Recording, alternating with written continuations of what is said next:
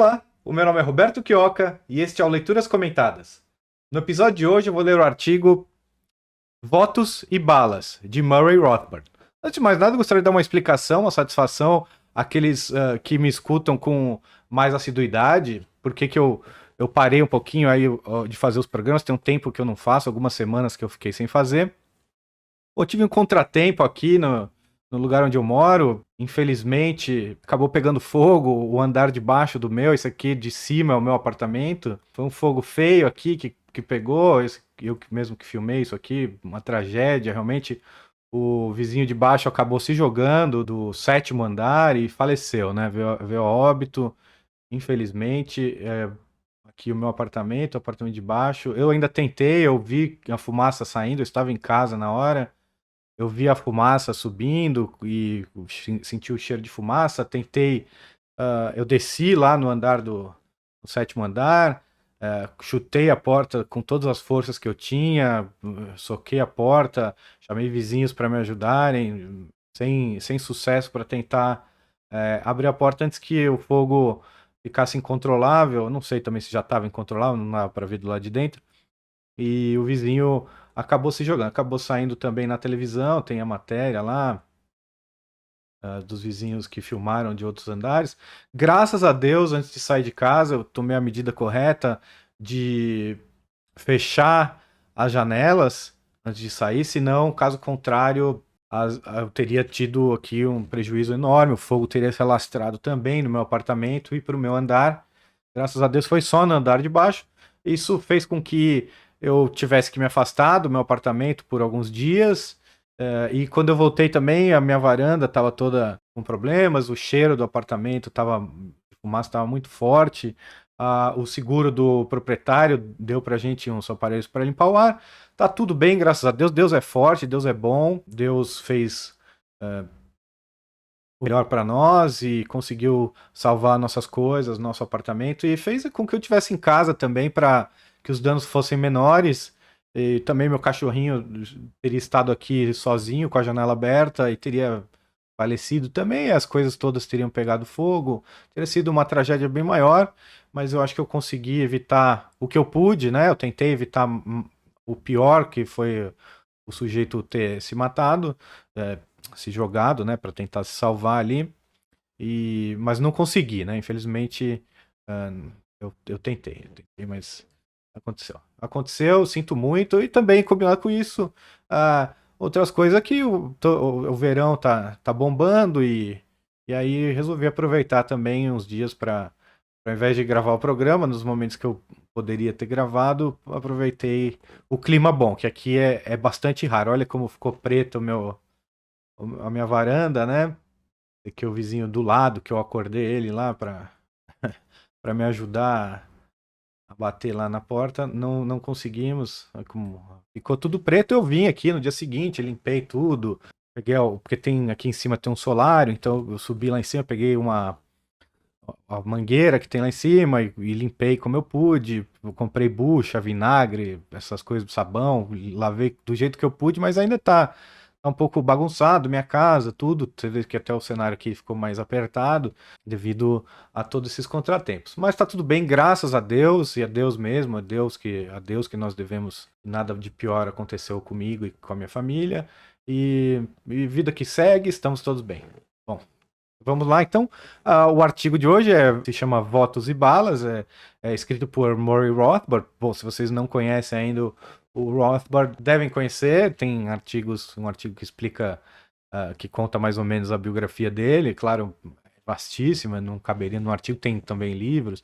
Então, mas o Rothbard foi o decano da escola austríaca, fundador do libertarianismo, e foi o fundador também do Mises Institute, que é o nosso benchmark, né? Aquilo que nós um dia desejamos ser, ou ser parecidos, fundando o Instituto Mises Brasil, o Mises Institute do Alabama. Hoje mudamos o nome para Instituto Rothbard. Seguimos aqui o trabalho firme e forte. E é realmente um benchmark, é um espelho, algo que nós devemos seguir o exemplo, né? O Rothbard tem dezenas de artigos escritos, traduzidos para o português na nossa página, são dezenas, centenas, eu acho, né? Acho que passou de 100, já passou, acho que de 100 artigos. Temos livros também que Rothbard publicou. Tem que conhecer. Rothbard é tipo o pai do libertarianismo, né? Do anarcocapitalismo.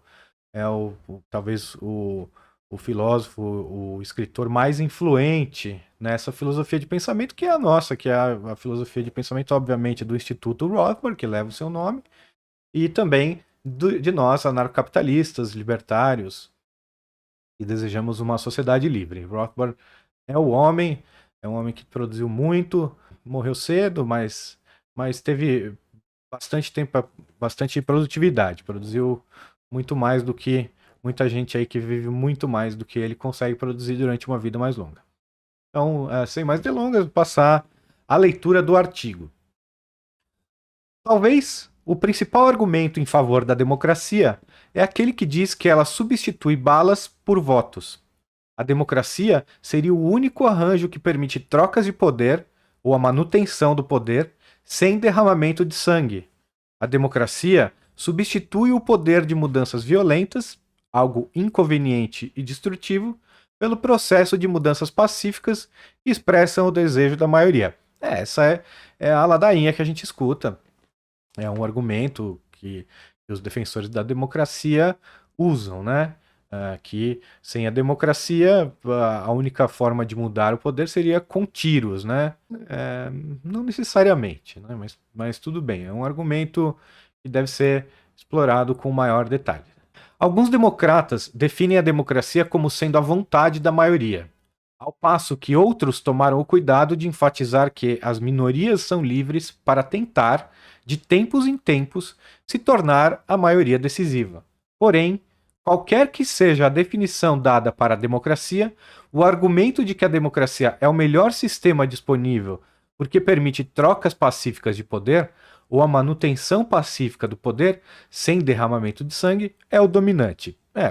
Eu acho que é o que mais se escuta, o mais utilizado, até às vezes por pessoas que se dizem libertárias, né? A gente escuta esse tipo de argumento dizendo que democracia é bom porque a alternativa derrama sangue, guerras, mesmo guerras civis ou guerras pelo poder, brigas internas de gangues pela disputa do poder, são indesejáveis, né?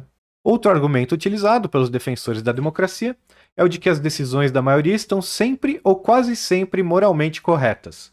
No entanto, o apoio a esse ponto específico, uma verdadeira profissão de fé, vem minguando nos últimos anos. Acho que não dá, né, pra gente dizer, a gente que mora no Brasil, aí principalmente, claro, todos os lugares é igual, mas quem mora no Brasil conhece o passado aí do Brasil, até o mesmo presente, de que as escolhas da maioria são quase sempre moralmente corretas. Isso está longe de ser verdade, tanto é que tivemos como presidente da República o Lula, uma Dilma depois dele. Que isso, gente? Como é que pode, né? Então, não dá, não dá. E tem aí pessoas como Renan Calheiros, né? Fernando Collor, José Sarney, pelo amor de Deus, né? Então, não, esse argumento acho que ninguém mais usa, né? Que a democracia está quase sempre ou sempre moralmente correta. Acho que acabou, isso aí tá enterrado esse argumento. O problema é que, embora persuasivo, o argumento da mudança pacífica ou da manutenção pacífica foi simplesmente aceito sem nenhuma análise mais profunda. Mais especificamente, ninguém realmente investigou se a atual forma de democracia seria realmente compatível com esse argumento da mudança pacífica, e se os resultados práticos estão de acordo com os resultados que a teoria diz que ocorreriam. Vamos analisar aí, né? Mas a verdade é que a maioria esmagadora das pessoas não analisa nenhum argumento, não se aprofunda em nenhum pensamento. A esmagadora maioria das pessoas está aí usando focinheiras sem, sem nem saber porquê, sem nem procurar saber o porquê. A maioria das pessoas está se vacinando com uma vacina que ninguém nem sabe muito bem quais são os efeitos de longo prazo, muito menos a eficácia dessa vacina, que se comprova cada dia menor, né? contra uma doença que realmente as chances de virar óbito são bem pequenas, bem baixas mesmo. Então, as pessoas não calculam riscos, aceitaram o fechamento da economia como um argumento plausível, sabe, sem nenhuma base científica, sem nenhuma base empírica e sem nenhuma comprovação. Aí pesquise os lugares que fizeram lockdowns e os lugares que não fizeram, e você vai ver. Não há nenhum argumento a favor, né? Nenhum exemplo que deu certo. Mas aqui deu certo, ali deu certo. Não, nunca deu certo, nunca vai dar certo. É como a inflação, o controle de preços, é mesmo a existência do Estado, né? Que as pessoas não levam as últimas consequências do pensamento. Caso contrário, não aceitariam impostos, usar dinheiro fiduciário. O dinheiro estatal é uma mentira, né? As pessoas aceitam.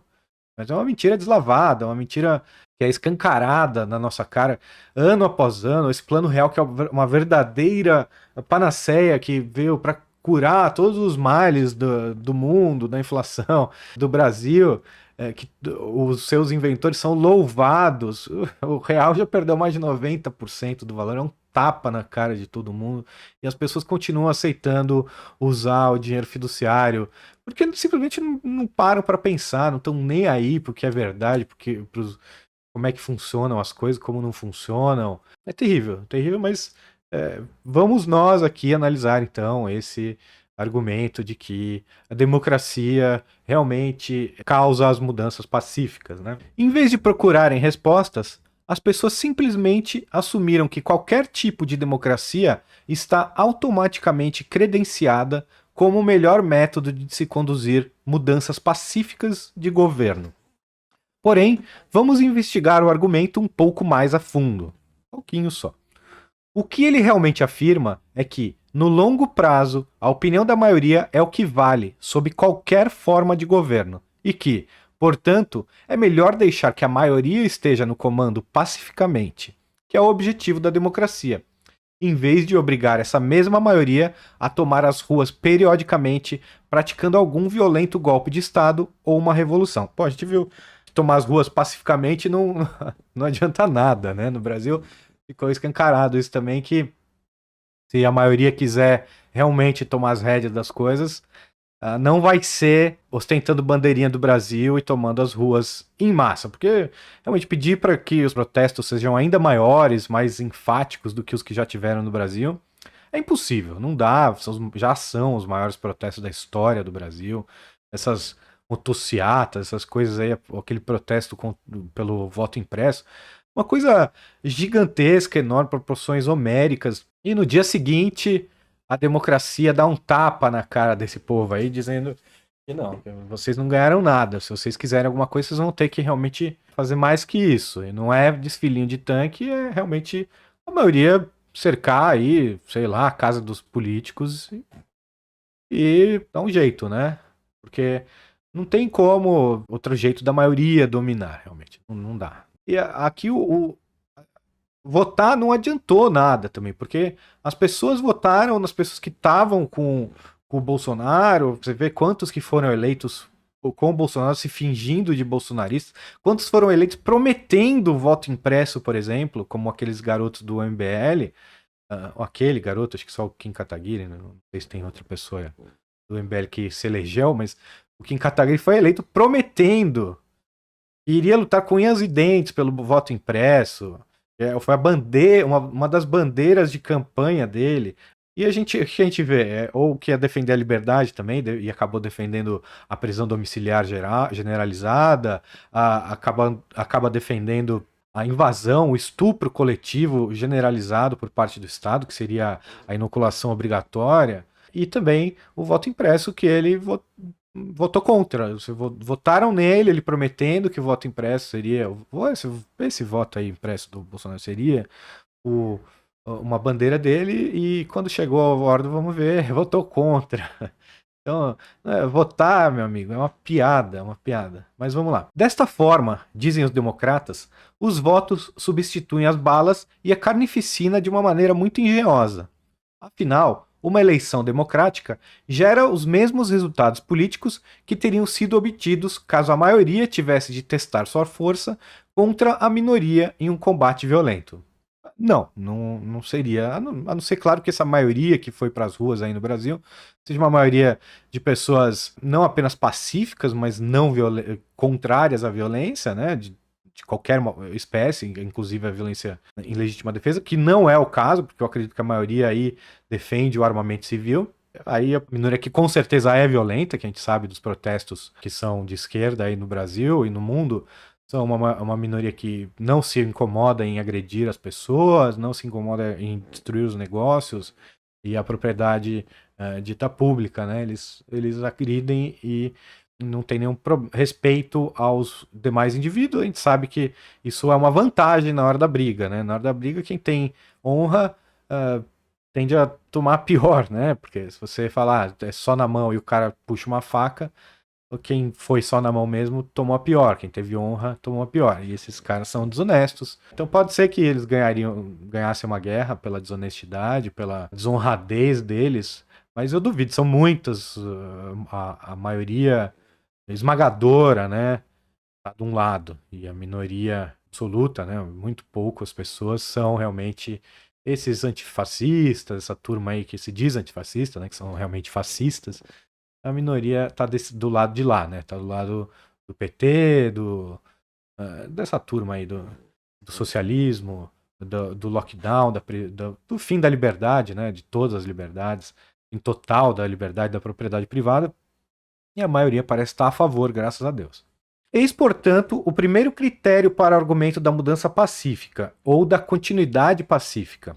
O resultado das urnas será o mesmo resultado que ocorreria caso houvesse combates físicos da maioria contra a minoria. Só que com a vantagem de não haver derramamento de sangue. Ok, ficou bem claro já que eles acham o critério da argumentação da mudança pacífica diz que caso tivesse a guerra, seria o mesmo resultado das eleições, só que sem o sangue. É difícil saber. É importante perceber que esse critério está rigorosamente implícito no argumento em prol da democracia. Porém, surge o primeiro problema. Se aceitarmos esse argumento, mas por acaso descobrirmos que a democracia gera sistematicamente resultados que estão em contradição com esse argumento, de que os votos substituem o confronto físico, mas geram o mesmo resultado político final, então, como consequência lógica, também teremos de rejeitar esta forma de democracia, ou no mínimo, rejeitar este argumento. Então, como, portanto, a democracia se sai quando testada contra esse critério? Vamos ver. Talvez a forma mais fundamental de democracia seja aquela em que cada homem tem um voto. Porém, se tentarmos justificar esse arranjo utilizando o argumento da mudança pacífica, vamos nos deparar com dificuldades fundamentais. Primeiro que a democracia não é cada homem um voto, segundo que, via de regra, não é a maioria que escolhe o representante, né? É uma minoria que escolhe quem vai estar lá no poder, quem vai assumir o poder da gangue de criminosos chamado Estado, e só se vê quantas pessoas tem numa dada região, quantas votam, quantas votaram no vencedor, quantas não votaram no vencedor. Então, aí você vê que talvez essa guerra não fosse assim tão fácil. Claro, tem algumas exceções aí, né? Às vezes uma eleição dá muita votação, uma votação expressiva para um contra o outro, mas normalmente, via de regra, é uma minoria que elege os representantes, os representantes do executivo, principalmente, né? Mas os do legislativo, pior ainda, né? Você vê quantas pessoas, qual a porcentagem de pessoas que votou no Rodrigo Maia da vida, votou no Renan Calheiros, votou em qualquer deputado federal aí da vida, um Kim Kataguiri, mesmo o Kim Kataguiri foi recordista não, teve muitos votos, o filho do Bolsonaro, que teve muitíssimos votos, Tiririca teve muitos votos, nunca é a maioria que elege essas pessoas, né? São uma quantidade ínfima de pessoas comparado com o montante total. Em primeiro lugar, a força física notoriamente não é algo igualmente distribuído. Em um combate direto, as mulheres, os idosos e os doentes se sairiam muito mal. Portanto, se utilizarmos o argumento de que os votos substituem o combate físico e geram o mesmo resultado, não há qualquer justificativa para dar o poder do voto a esses grupos fisicamente delicados. E não apenas eles teriam de ser impedidos de votar, como também o mesmo critério teria de ser aplicado a todos os cidadãos que não passassem em um teste de aptidão para o combate. Por outro lado, obviamente, não deveria haver qualquer tipo de proibição ao voto dos analfabetos, uma vez que ser alfabetizado não tem relação alguma com o potencial de combate de um homem. Além de impedir o voto de todos aqueles não aptos para o combate, teríamos, por uma mera questão de lógica, de dar votos plurais para todos aqueles que possuem treinamento militar, tais como soldados e policiais. Pois é óbvio que um grupo de combatentes altamente treinados poderia facilmente derrotar um grupo bem mais numeroso de amadores, mesmo que igualmente robustos. Então o argumento é que daria o mesmo resultado de uma guerra, como eu falei acima, talvez até a minoria ganhasse, porque uma minoria fosse treinada para a guerra. Vamos supor, todos os soldados de dado país, os soldados, policiais, todos aqueles que sabem manusear uma arma e já tiveram alguma experiência de combate, estão a favor de algo, e todos aqueles que são fracos, débeis ou que são naturalmente menos aptos, como mulheres, crianças e idosos, seriam esmagados, mesmo que fosse a maioria, 70%, 30%, 80%, 20% que fosse, eu acho que esses 20% aniquilariam, né? Os 80% mais débeis. Claro, os mais fortes vencem os mais fracos, não há necessário uma maioria, claro. É possível que, devido ao armamento, né, obviamente que as pessoas consigam se proteger mesmo sendo mais fracas, né? Então, como teve eu já li um artigo sobre o armamento, onde eu explorei bastante esse argumento de um planeta ou uma sociedade, uma cidade, uma localidade sem armas nenhuma. O Brutamontes, ele é rei, ele vai fazer o que quiser, porque ninguém para o Brutamontes. Você não tem nenhuma faca para dar nas costas dele, então nenhum veneninho para botar na comida dele, nada disso. Então você tá desarmado, a arma dele, que é o Muk, né, bem mais forte, mas uma sociedade armada, que pode se armar até os dentes, eu acredito que nem todo treinamento militar poderia fazer com que uma maioria de 80% perdesse de uma minoria treinada de 20%. Ou talvez pudesse também, eu não sei, porque a gente não teve essa guerra, e se Deus quiser nunca vai ter uma guerra assim tão desleal, né? Onde todas as pessoas treinadas lutam. Se bem que normalmente é assim que é a guerra do Estado contra nós, né? Eles tentam fazer a gente não ter treinamento militar, nem armamentício, e nem ter armas, para que eles possam simplesmente aterrorizar a sociedade e mandar na gente. É assim que eles fazem. Eles desarmam a gente, eles desarmam primeiro, tentam desarmar a nossa mente através da educação prussiana, estatal, né? Ou controlada pelo Estado. Depois eles desarmam fisicamente e também não dando treinamento ou proibindo treinamento. Graças a Deus, o Brasil aí vem crescendo o número de clubes de tiros e o armamento civil. Ainda é baixo, é pouco, mas um dia a gente está de igual para igual com o Estado e a gente pode realmente começar a ditar as regras, né? A sociedade ou os indivíduos podem começar a se impor e exigir a soberania que lhes é dada por Deus, não é dada pelo Estado. O Estado não dá nada. Esse negócio de pedir para que o Estado libere não, mas conceda porte de armas ou posse de armas, conceda que nós possamos importar ou comprar armas. Se você tem uma concessão do Estado para isso, o Estado dá o porte. Se você tem que pegar um papel, se você tem que pagar uma taxa para o Estado para ter uma arma, o Estado controla as armas, ele é dono de você, ele não é um igual a você, ele está acima de você e ele é o seu dono, ele manda em você. Você não é um ser humano livre se você não pode comprar a arma na hora que você quiser, do jeito que você quiser, sem dar satisfação ao Estado. Se o Estado concede, ele controla, ele é o dono, ele pode proibir a qualquer momento. Então, nunca peçam, mas eu quero que o Bolsonaro, ou qualquer político aí, conceda o porte de armas. Não, não é isso. Eu quero que o Estado pare de se envolver nessa questão. Eu quero poder comprar uma arma e pronto. Não é E não com a sua permissão, poder ter uma permissão do Estado para comprar uma arma. Não, eu quero exigir o meu direito natural, o meu direito divino de poder me defender legitimamente e obter os meios para isso. Na guerra nós perderíamos para o Estado, a maioria das vezes. Não sei também, porque tem exemplos aí na história de resistências pacíficas que obtiveram bons resultados, né? Então a gente não sabe, mas vamos seguir aqui. Logo, já identificamos a primeira falha lógica do argumento em prol da democracia. Mas há outras. Vamos ver. Além de ignorar as desigualdades da força física e da aptidão para o combate, há outro aspecto sob o qual as atuais democracias se mostram incapazes de cumprir os requerimentos lógicos do argumento da mudança pacífica. Essa incapacidade advém de outra desigualdade básica, a desigualdade de interesses ou a desigualdade da intensidade da crença. Vamos ver Rothbard explicando.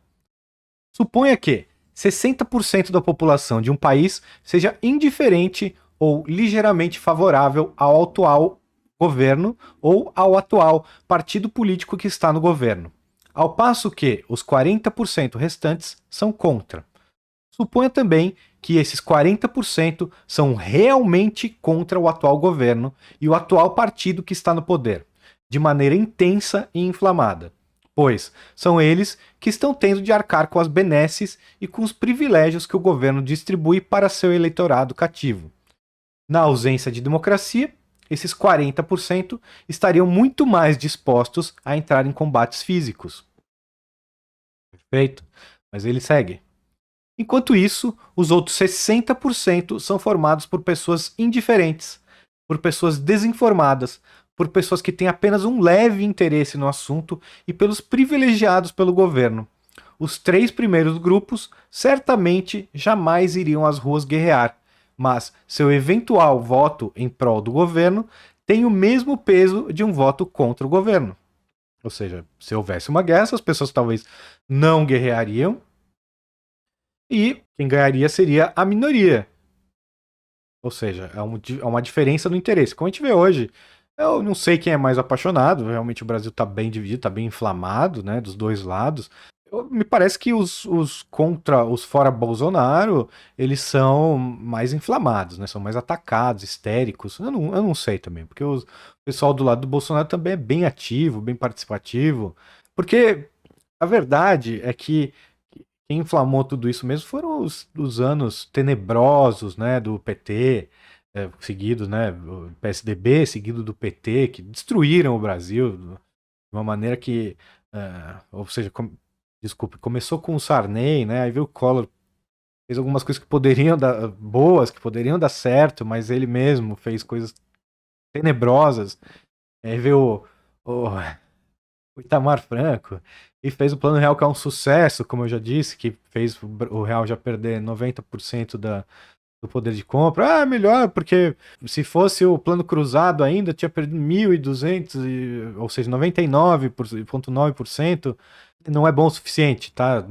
Perder 90% em 30, quanto tempo? 20, sei lá, 30 anos, 20 anos, não é bom o suficiente.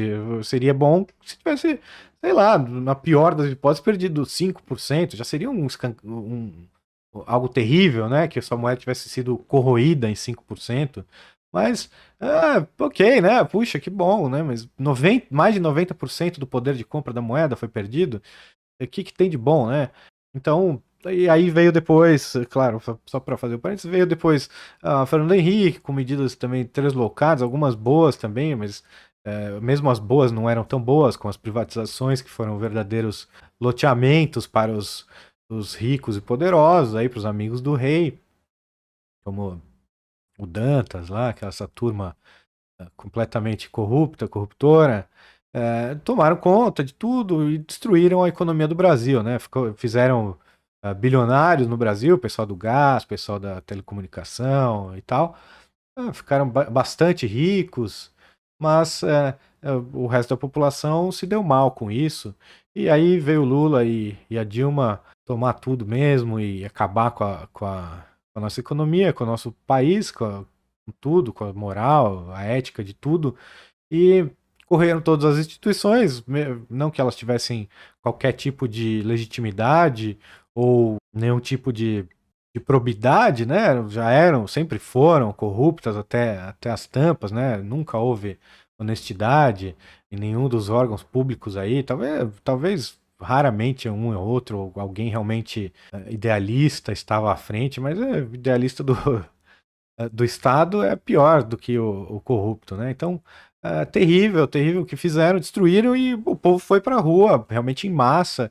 E esse negócio da eleição do Bolsonaro, como que com essa fraude, que é a urna eleitoral, obviamente, sabidamente, reconhecidamente, e obviamente uma criança de 2 anos conseguiria falar, mas espera aí, vai todo o resultado, como é que eu sei qual o resultado que foi clicado, é o mesmo que sai lá? Ah, não, porque os ministros do Supremo Tribunal Federal, do eleitoral também, né, você tira a roupa, tira uma blusa, põe a outra, eles têm uma equipe ali deles que confere eles se trancam numa sala e saem com o resultado. Eu falo, tá bom. É assim mesmo, tá certinho, gente. Então, mas como que o Bolsonaro conseguiu ganhar dessa maneira? Foi exatamente por isso, porque era um momento de ruptura, um momento que nada seria aceito. O povo não sairia das ruas, o povo se revoltaria ainda mais, e a parte dele, o lado dos estatistas mesmo, não tinha lado, não tinha poder nenhum. Todos os políticos estavam descredibilizados, todos eles. Não havia um que se salvasse. E eles resgataram um que estava lá, encostado num canto, e foi alçado a candidato, né? Porque a gente sabe que quem define eleição, além daqueles que contam, também é aqueles que escolhem os candidatos, né? Porque eles podem fazer uma fraude, mas não pode dar muito na cara, assim, né? Não pode ser muito descarado. Você conversa com seus amigos, esse negócio, as redes sociais, por isso que eles querem proibir qualquer tipo de conversa. Você conversa nos grupos de WhatsApp, você conversa nas redes sociais tinham pesquisas maravilhosas, as redes sociais tinham grupos que podiam mostrar os volumes de pessoas e apontar o dedo para qualquer tipo de atrocidade que tivesse acontecendo. Agora eles têm já a censura, tudo ficou por baixo dos panos, então você não consegue, nem no WhatsApp eu acho que você consegue ter esses grupos, não sei como funciona mais, porque eu não uso mais, mas o Telegram, você tem grupos enormes ali, mas é uma coisa meio debaixo do pano, né? A maioria não usa Telegram ainda. Então, se perdeu realmente esse check, que seria o check da sociedade, conversar entre si, né? Eles cortaram os canais de comunicação e até hoje derrubam canais, derrubam o canal do Cogos, é minúsculo, né? Derrubam o Terça Livre, o Bernardo Kupfer lá, sei lá como é que chama o cara. Tem todos esses caras aí sempre arriscados de perder o lugar deles. Até hoje, o menino lá, não sei nem que canal que ele tinha, mas eu vi um post lá que o Ancapsu retweetou lá no Twitter. E o cara perdeu o canal dele, eu entrei lá para ver, tinha 200 mil inscritos. E aí ele mudou tudo dele, botando fora Bolsonaro, o nome do canal, levava fora Bolsonaro, esquerdista da favela, alguma coisa assim. E pôs só fotos de LGBT, de Che Guevara, e o YouTube devolveu a monetização do canal para ele, pelo menos. Escancarado, né? Escancarado que é isso mesmo. Mas quando tava o PT no poder e se entrasse qualquer outro no poder, a turma deles, ou a Haddad entrasse no poder, eles não teriam nada para falar, nada para protestar, nunca teria essa narrativa de Bolsonaro, genocida, essas coisas absurdas aí que falam qualquer coisa, chama ele de qualquer coisa e a gente vai, ditador, o cara foi contra a ditadura, o único, né?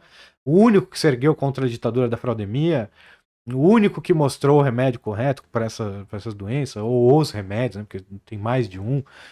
O único que se opôs à ditadura realmente, que seria a prisão domiciliar decretada por prefeitos, governadores e o STF, e não teria essa narrativa, porque o Haddad com certeza jogaria com a turma, o Brasil estaria pior que a Argentina hoje, mas bem pior do que a Argentina, seria tenebroso realmente o resultado, não que seja algo bom o que está acontecendo no Brasil, é terrível a inflação e tudo, muito devido ao Paulo Guedes, né, infelizmente Bolsonaro foi muito mal assessorado pelo Winston Ling, que apresentou um comunista da laia do Paulo Guedes para ele, ao invés de, sei lá, mandar o Bolsonaro ir descansar, ao invés de concorrer a presidência, que hoje as ruas estariam completamente tomadas, talvez a anarquia, que é o nosso grande objetivo, estivesse imperando, a gente estaria ignorando o governo, ou teria destituído o governo, estaria fazendo greve fiscal, mas não.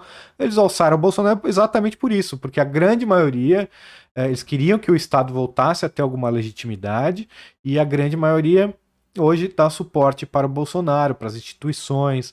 Então o Bolsonaro fala que defende a Constituição, então, é Constituição, é corrupção, então a corrupção acabou, né, com o Bolsonaro.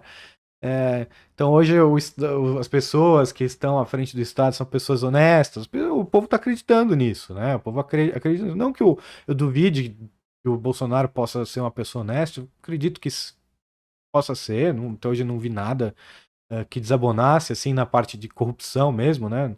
Não na parte intelectual, né? A parte da desonestidade intelectual dele é gritante, mas só para quem realmente entende alguma coisa, né? Para quem realmente entende alguma teoria, alguma coisa dessa. Mas o establishment precisava do Bolsonaro para reaver a legitimidade das instituições democráticas. Por isso que ele ganhou a eleição, por isso que não roubaram ele, por isso que deixaram ele ganhar, mesmo com as urnas equivocadas. E é por isso que hoje nós temos uma massa de pessoas que gritam a favor do Estado maior, gritam a favor. Aliás, os dois lados estão sempre. Nenhum dos dois lados é mais contra tudo e todos, né?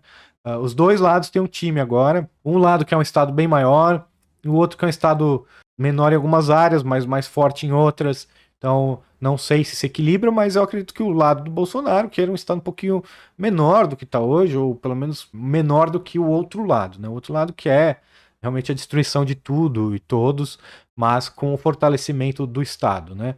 E o lado do Bolsonaro que é alguma coisa diferente do que aquele outro lado que é, mas não em termos de gênero, mas em termos de grau, né? Ambos querem um Estado forte, um Estado que dê para as pessoas, que vê aí o Bolsonaro refazendo o Bolsa Família, vê aí o Bolsonaro dando vacinas para todo mundo, dando dinheiro a rodo aí, distribuindo dinheiro. Todo dia tem obra nova aí de Bolsonaro.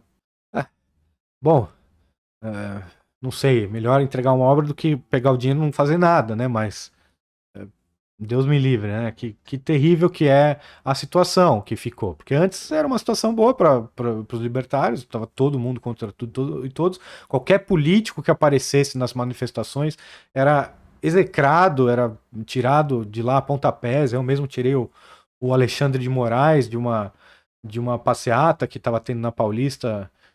Eu não vou saber o ano agora, 2015, 2016, não sei. Mas ele apareceu lá na Paulista, eu o vi, porque ele não era conhecido ainda, ele não era Supremo, ele era simplesmente secretário da Segurança do Estado de São Paulo. Eu o vi, chamei a turba e tiramos ele correndo. Tem vídeo em algum lugar aí. No meu canal do Odyssey eu pus o vídeo, subi o vídeo lá.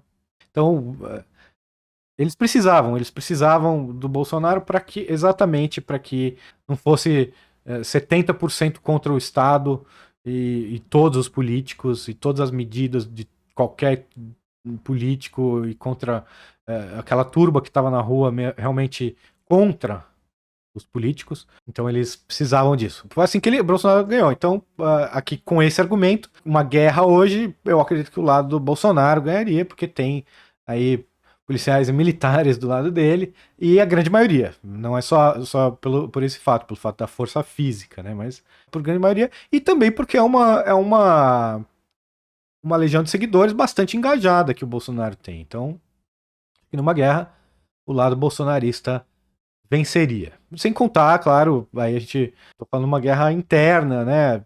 Justa, né? Tipo, só a gente aqui, ninguém entra, só na mão. Não, só na mão não precisa ser, mas com as armas que estão disponíveis no Brasil hoje, tudo, o lado do Bolsonaro ganharia. O lado do Lula, né? Do PT, do socialismo, da destruição, da morte, da miséria, perderia essa guerra, porque são menos pessoas e eu acredito que o lado das armas esteja mais com o Bolsonaro do que com eles. Mas se tivesse intrusão de fora, aí seria uma guerra boa, porque quem queria ajudar quem, né? Você acha que a China iria pro lado do PT? Venezuela com certeza, a China eu acho que sim também, talvez, não sei. Os Estados Unidos com o Biden hoje iria dar suporte a Bolsonaro ou iria ser contra o Bolsonaro? Só Deus sabe, né, os acordos que tem aí, né, que regem esses acordos, e o que seria, como seria para a opinião pública ver Estados Unidos e China aliados numa guerra, os dois bombardeando o lado bolsonarista da força.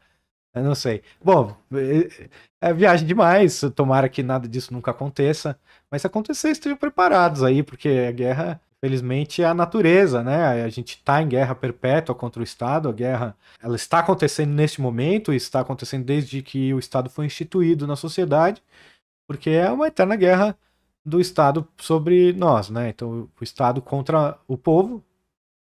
Por que que a gente não vê soldados atirando nas pessoas todos os dias nas ruas, apesar de a gente ver a polícia fazendo isso, mas aí é discutível se a polícia realmente está atirando em pessoas inocentes ou não. Mas a gente não vê uma matança dos soldados contra indivíduos pacíficos porque a gente está rendido, porque a sociedade civil se rendeu completamente, ninguém reage ao roubo, aos desmandos estatais, ninguém reage com a força legítima. Não seria uma força desproporcional você atirar num fiscal que vai lá tentar fechar o seu negócio. Ele vai, claro, você primeiro fala, some daqui, mas se ele vai com uma força ameaçadora, você tem todo o direito de atirar. Se vai um cobrador de impostos na sua casa, você deve ter o direito de reagir, expulsá-lo da maneira que você puder, né? E você reter a sua propriedade, a sua dignidade, o seu negócio e suas atividades normais, seu direito de ir e vir, tudo isso você tem que reter e você deve poder reagir. É legítima defesa que chama. Você tá na praia tranquilo ali, aparece um homem armado falando sai da praia, senão eu te mato, ele tá ameaçando a sua vida. Você tem todo o direito de alvejá-lo. Todo o direito. Tem sim. Então, essa é a guerra. Infelizmente, nós estamos rendidos. Nós somos prisioneiros de guerra, escravos do Estado. E é por isso que a gente, felizmente ou infelizmente, não vê a guerra. Imagine o seguinte, a seguinte situação. Vamos supor, os Estados Unidos quer invadir o Vietnã, por exemplo, como houve, né? Por que toda aquela guerra, né? Que besteira, né? Era só as pessoas falarem, olha, ok, nós nos rendemos, senhor Estados Unidos. Pode vir aqui, a gente é americano agora, flamula a bandeira americana e paga impostos para eles. Por que não? Qual foi o que é esse orgulho, né? Por que reter a sua soberania? Por que reter qualquer coisa? Que horror, tá alvejando policiais, tá alvejando os homens do exército. Estão aqui para manter a democracia, para instaurar a democracia, para instaurar um Estado de direito, essa expressão muito mal definida pelas pessoas. Estado de direito não tem nada a ver com Estado, né? Estado de direito é um cenário, é o rule of law, é a lei, é o império da lei, né? Seria mais bem feita a tradução, mas o império da lei é onde uma lei vale para um, vale para outro. Então, se, por exemplo, eu não posso roubar o meu vizinho, o Estado também, o meu vizinho não pode me roubar, nem que ele seja Estado, nem que ele tenha um distintivo ou um papel escrito e assinado pelos outros vizinhos dizendo que ele pode sim me roubar. Não, ele não pode me roubar de maneira nenhuma. Se ele tentar, ele deve ser alvejado legitimamente. E assim, os vietnamitas atiraram legitimamente nos americanos, como nós deveríamos atirar legitimamente no Império de Ocupação de Brasília e também, por que não, no Império de Ocupação do Palácio dos Bandeirantes, que cobra o tributo de todos os cidadãos de São Paulo. E assim por diante, até a Prefeitura de São Paulo, que cobra o que nos escraviza em São Paulo. Então, bom, tergiversei demais, mas acho que eu fiz meu ponto muito bem feito aqui. Se ficou alguma dúvida, vocês me escrevam aí nos comentários. Logo, em uma eleição democrática, o voto de uma pessoa apática, desinteressada e desinformada tem o poder de anular totalmente o voto de um eleitor entusiasmado e realmente a fim de alterar o atual estado das coisas. Por causa de sua falta de interesse, a maior parte dos integrantes dessa maioria jamais se disporia a entrar em um combate. É aquele pessoal que não tá nem aí. Você conversa com uma pessoa, a pessoa fala, eu votei no Lula, por quê? Ah, porque eu conheço o Lula, o outro candidato eu nunca ouvi falar. Puxa, mas tinha dois, você não procurou saber quem era o outro? Não, não quis saber. Não, como assim tinha dois? Sabe, você conversa aí com o povão, sai para conversar com o povão. Hoje até o povo pode até estar mais antenado aí sobre os nomes das pessoas, mas não sabem nada de pautas, né? Não vão saber o que é capitalismo, o que é socialismo, o que é taxa de juros, o que é dinheiro fiduciário, né? Moeda fiduciária, o que seria uma moeda com lastro, sem lastro, o que é secessão, o que não é secessão, as pessoas não se importam, não se incomodam, às vezes com razão, porque não faz parte, não deve fazer parte, né, da vida de uma pessoa que tem que obter os bens primários para sobreviver, né, ainda luta diariamente por isso, ela não tem tempo, não tem capacidade, consciência, nem tempo, nem vontade de aprender esses assuntos que realmente são filosóficos, é uma exuberância, não adicionam nada na vida profissional de ninguém. Veja, eu sei bastante sobre esse assunto e não me adicionou nada na minha vida profissional, muito pelo contrário, fez eu perder um tempo valioso, que eu poderia ter estudado alguma coisa que me desse dinheiro, mas não, me interessei, foi um chamado, uma vocação que me fez eu me interessar por esse assunto, mas estudei bastante esse assunto, perdi muito tempo, porque eu tinha acesso, graças a Deus, né, uma produtividade maior, talvez, não sei, tive a sorte de ter acesso a bens primários suficientes a ponto de eu não de eu poder investir meu tempo em tergiversações filosóficas como a Escola Austríaca de Economia e o Libertarianismo. Mas as pessoas não têm muito porquê. Claro, se você explicar para elas, mas aí elas já estão se interessando, se você explicar para elas que 50% ou mais da vida delas está sendo roubado pelo Estado, elas poderiam, tudo que elas ganham podia ser o dobro, ou no mínimo o dobro, né? Porque ela poderia ter tudo melhor, tudo mais barato, tudo mais fácil, se não houvesse um parasita na sociedade, violento, chamado Estado. Talvez ela fale, ah, tá, e como é que a gente acaba com isso? Aí sim, mas e para chegar nisso, a pessoa tem que ter um tempo para se interessar nesses assuntos. Então, é muito difícil a nossa batalha, né? A batalha de abrir os olhos das pessoas, porque as pessoas que têm tempo, elas usam mal esse tempo, elas não querem contrariar os seus pares, os seus amigos, seus colegas de trabalho, seus familiares, que são, via de regra, estatistas, né? A maioria esmagadora da população é estatista, né? E você sendo contra, ixi, toma tempo. É melhor, até muita gente fala, vai, por que você fala disso? Porque eu não consigo ficar quieto. Eu vejo a pessoa errada e eu falo. Mas eu tento ficar quieto, sempre tentei, mas não consigo, não. Mas é, salva muito estresse, realmente, se você ficar quieto. Mas não leva a nada, não leva a sociedade para onde você quer. Nunca vai chegar em lugar nenhum se você ficar quieto. Mas eu entendo a posição da maioria de não confrontar os demais. Se alguém falar uma besteira, deixa quieto. Você acabou de estudar sobre, sei lá, os males da inflação, por exemplo. Aí você vai lá alguém e fala, não, eu acho que deveria imprimir dinheiro e dar para o povo. Por que não imprimir R$ 1.000 aí por pessoa e distribuir para a população? E a pessoa, ao invés de falar qualquer coisa, que é muito fácil rebater esse tipo de argumentos, a pessoa fica quieta e fala, não vale a pena discutir, é minha amiga, é amiga da minha esposa, ou sei lá, a professora do meu filho, ou a minha professora, ou sei lá, putz, é o padre, é o pastor, qualquer coisa do tipo, assim, qualquer pessoa que você fale, meu, puxa, não vale a pena, é o tio da minha amiga, não, eu nem conheço direito essa pessoa, então fica quieto e nunca confronte, ouve besteiras e você viverá no mundo maluco que nós vivemos hoje, né, nessa verdadeira distopia que nós vivemos hoje. E é isso, mas provavelmente ao conversar com essas pessoas que são apáticas ou não se interessam pelos assuntos de filosofia política ou ética, você vai ver que se você puxar algum outro assunto, como por exemplo, se ela foi comprar um carro recentemente, ela vai saber muito sobre carros. É uma decisão que afeta ela diretamente, ela tem 100% do poder sobre qual decisão vai ser tomada no final, e essa decisão vai afetar somente ela, mas vai afetar muito ela se ele comprar um carro ruim, ela vai ter problemas. Se ela comprar um carro um pouco melhor, ela vai ter menos problemas. Se pagar seguro, pode evitar dor de cabeça se não pegar. Então ela faz todo. Ela tem um poder de raciocínio, ela consegue raciocinar. Ela simplesmente não quer raciocinar sobre estes problemas. Assim, se aceitarmos a tese de que a democracia substitui balas por votos e gera os mesmos resultados, então temos de concordar que um processo democrático que dá a um homem apático o mesmo peso eleitoral de um entusiasta não pode satisfazer nosso próprio critério.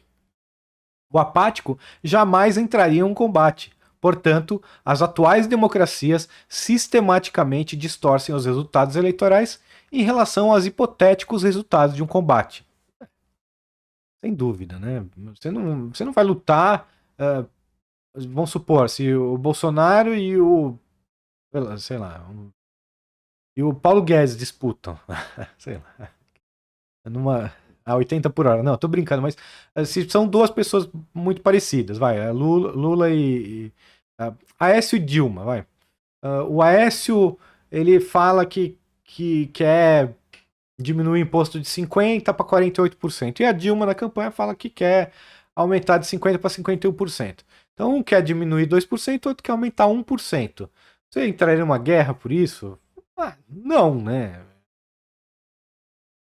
Quero 0%. Na hora que você falar de zero, se tiver algum lado falando de zero, aí sim, né? Aí a gente tem realmente um pouco menos de apatia. Mas não move as pessoas, né? Ninguém vai perder o sono, falar qualquer tipo de coisa por causa disso, né? Confrontar os vizinhos, por causa de 1% de imposto, a mais ou a menos, sendo que a gente já paga metade do que a gente ganha. Então, não, eu acho que ninguém se entraria no combate, mas essa pessoa faz um grande serviço e se importa muito, como eu disse anteriormente, se for alguma decisão que afeta muito ela e ela tem 100% do poder de decisão. É provável que nenhum procedimento de eleição democrática seja satisfatório na resolução deste problema.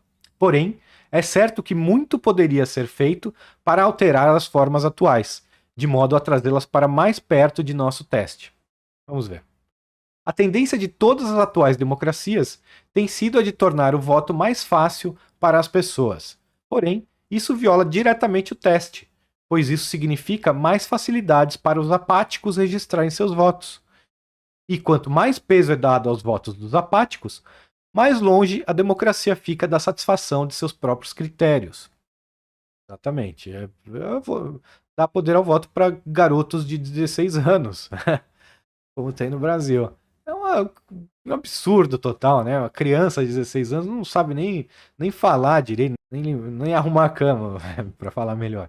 Nem arrumar a cama direito e já quer votar, né? Nunca lavou uma louça e já quer decidir quem vai mandar nos outros, né? É terrível. Além de ser uma coisa completamente amoral, né? Você fazer uma criança se envolver com essa decisão que é completamente antiética, imoral, né? Que é escolher quem vai mandar nos outros sob a mira do revólver, sob a ameaça de assassinato, né? Claramente, o que se necessita é tornar a votação bem mais difícil, de modo a garantir que apenas as pessoas mais intensamente interessadas irão votar. Uma medida útil seria remover todos os nomes das urnas, de modo a exigir que todos os eleitores escrevessem por conta própria os nomes de seus candidatos favoritos, podendo assim eleger absolutamente qualquer cidadão. Não apenas isso iria eliminar esse definitivamente antidemocrático privilégio especial que o Estado dá àqueles cujos nomes estão nas urnas, mas também nos deixaria mais perto de nosso critério, pois um eleitor que não sabe o nome de seu candidato favorito dificilmente teria guerreado nas ruas em nome dele. Já evitaria bastante problemas para o Brasil aí se a gente pudesse votar em qualquer pessoa, claro, não ter um partido político e não ter a necessidade de ter uma candidatura oficial. Então, vai lá, vota, Deus teria sido eleito e a gente estaria muito bem já hoje. Eu lembro, tinha aquelas pesquisas espontâneas que, bom, para quem é mais velho, né, esse comentário, o Silvio Santos no SBT, ele publicava, né, ele divulgava as pesquisas que ele fazia que eram espontâneas. Então, acho que Jesus Cristo vencia sempre, né? Primeiro Jesus Cristo, aí Pelé, vinha os nomes assim, que era espontâneo, tipo, quem você escolheria para ser o presidente do Brasil.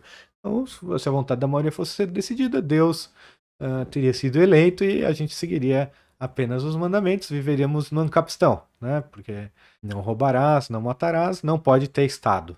Não, não assassinarás, né? Quer dizer, não pode ter Estado. E aí evitaria também de pessoas que não estão nem aí irem votar, pessoas que não têm capacidade realmente de entender as coisas de irem votar. Não que fosse mudar a legitimidade do Estado, isso, não, mas talvez faria as coisas melhores ou piores também, porque você vê a nata aí, ah, pessoas pelo menos mais ricas, né? Ou parte das pessoas mais ricas vota muito mal às vezes, né?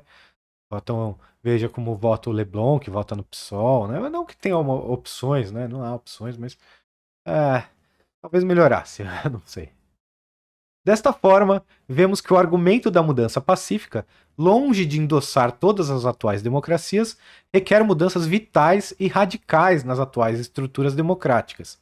Por uma total questão de lógica, aqueles que dizem que a democracia é o melhor sistema disponível, porque é o único que garante uma troca pacífica de governo, deveriam defender alterações profundas no atual sistema eleitoral. Para contrabalançar as diferenças de força física, todos aqueles cidadãos não aptos para o combate corporal teriam de ser privados do voto, e votos plurais teriam de ser designados para soldados e policiais. Sim, se para substituir a guerra, então o guerreiro. Quantas pessoas, por exemplo, aquele sniper do filme Sniper lá, não me lembro. Não, tem um filme que chama Sniper e tem um filme um russo, que eu esqueci o nome, muito bom. Mas ele mata, sei lá, centenas de soldados do outro lado. Esse cara tem 100 votos. O outro lá, que da metralhadora, tem outros 300 votos. O cara que dirige o caça-bombardeio tem 1000 votos. É, é. E aí a gente decide, porque é para substituir a guerra ou não. Então, aqueles 1000 que seriam alvo nos hospitais e escolas e nas creches, se fosse alvo, claro, do exército americano, né? Esses seriam os que iriam escolher, né? Escolher o vencedor.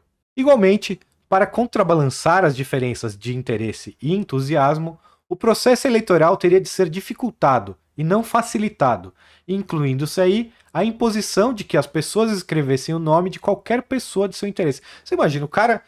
Isso é para substituir a guerra. Então, quer dizer, você está disposto a morrer.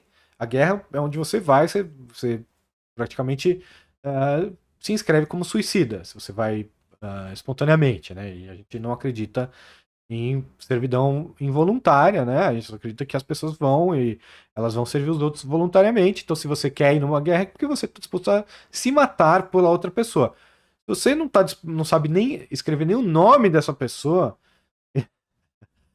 não dá para você usar esse argumento de que substitui a guerra, porque você não sabe o nome da pessoa que você quer que obtenha o poder, que esteja no poder, como que você diz que você iria para a guerra por ela? É um argumento completamente destruído por Murray Rothbard aqui. Não, eu não espero nunca mais ouvir que é para substituir a guerra, que é mudança pacífica. Não, não é. E mesmo assim, é provável que ainda restassem sérias distorções, pois meros ajustes nas regras de votação não podem igualar o interesse e o entusiasmo necessários para induzir os cidadãos a guerrearem nas ruas em nome de seu programa ou de seu partido. Veja só, nós estamos passando aí pela pior ditadura da história do país, do Brasil, onde pessoas foram presas por irem à praia, por irem à praça, por irem trabalhar. Veja só, o sujeito está trabalhando, vai lá a polícia do estado e prende, enche o cara de porrada, dá mata-leão nele, solda portas de comércios, sabe? Prende as pessoas dentro de casa, obriga a usar uma obstrução na boca, uma obstrução à respiração, ao oxigênio, à oxigenação e a se expelir o que é ruim do corpo e manter bactérias próximas.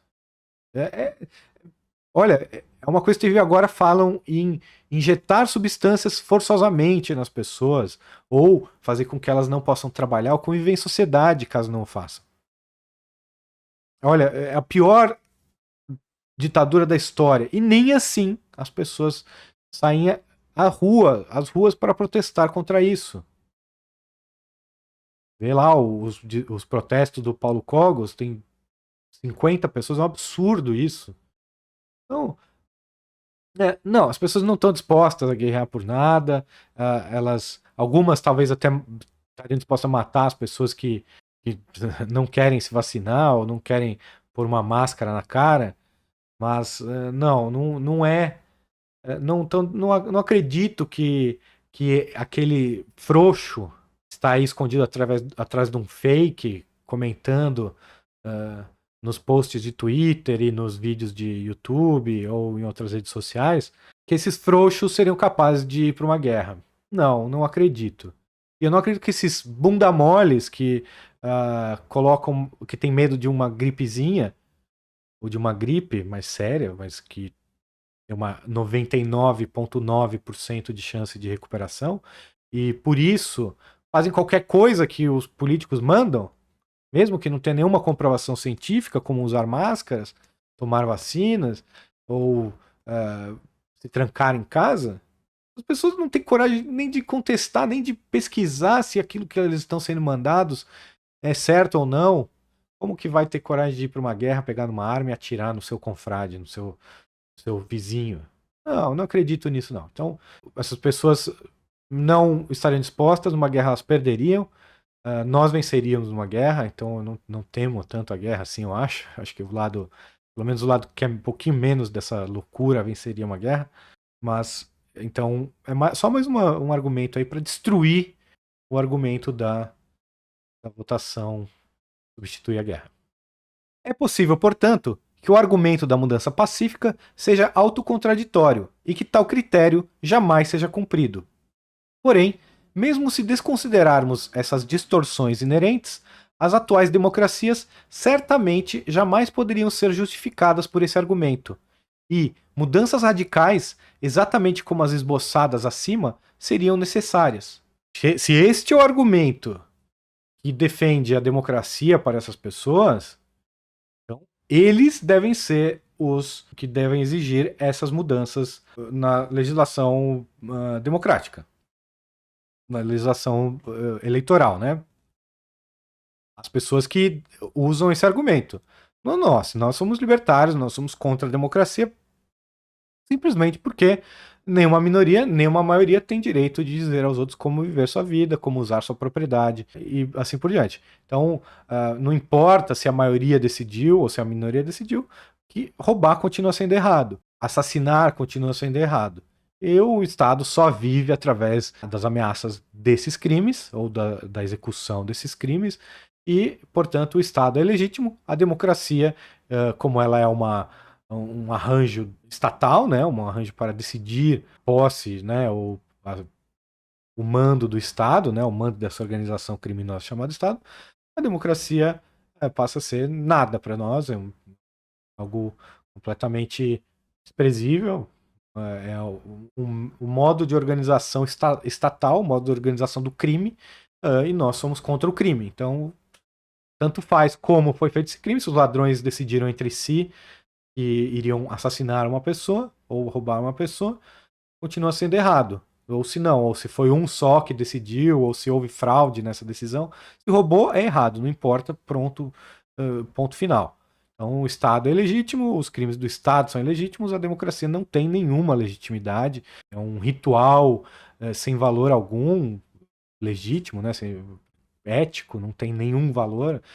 Muito pelo contrário, é pior ainda, porque faz as pessoas se confundirem com o Estado, né, acharem que tem alguma coisa a ver com essa gangue parasitária, que é o Estado, ou alguma soberania sobre o Estado, quando não tem, ficou mais que provado aí por tudo que aconteceu. Veja, a maioria votou Bolsonaro, a maioria quer o armamento, quis o armamento. Vê o plebiscito, se não quiser falar do Bolsonaro, o plebiscito, o referendo lá, sei lá, das armas, onde a maioria esmagadora das pessoas votou contra a proibição das armas e no dia seguinte estava lá sendo passado pelos deputados a proibição das armas, o Estatuto do Desarmamento. Então, é terrível mesmo, mas a democracia é uma ilusão, é só isso, é uma ilusão que as pessoas, que as próprias vítimas acabam se confundindo com os agressores, né?